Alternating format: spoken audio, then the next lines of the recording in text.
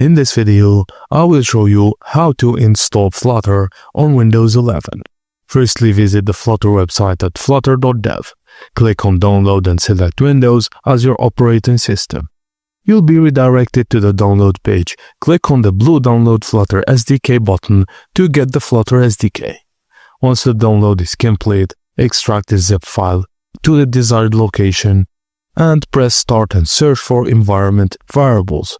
Click on Edit System Environment Variables and there click on Environment Variables. In the System Variables section, scroll down to Path and click on Edit. Click on New and add a path for the Flutter SDK bin folder, for example c/src/flutter/bin, and click OK to install or save the changes.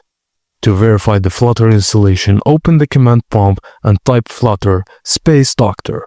This command will check your installation and display a report. If everything is set up properly, you'll use all Flutter doctor checks passed. And that's it, guys. As simple as that. Thank you for watching, and please don't forget to like and subscribe for more.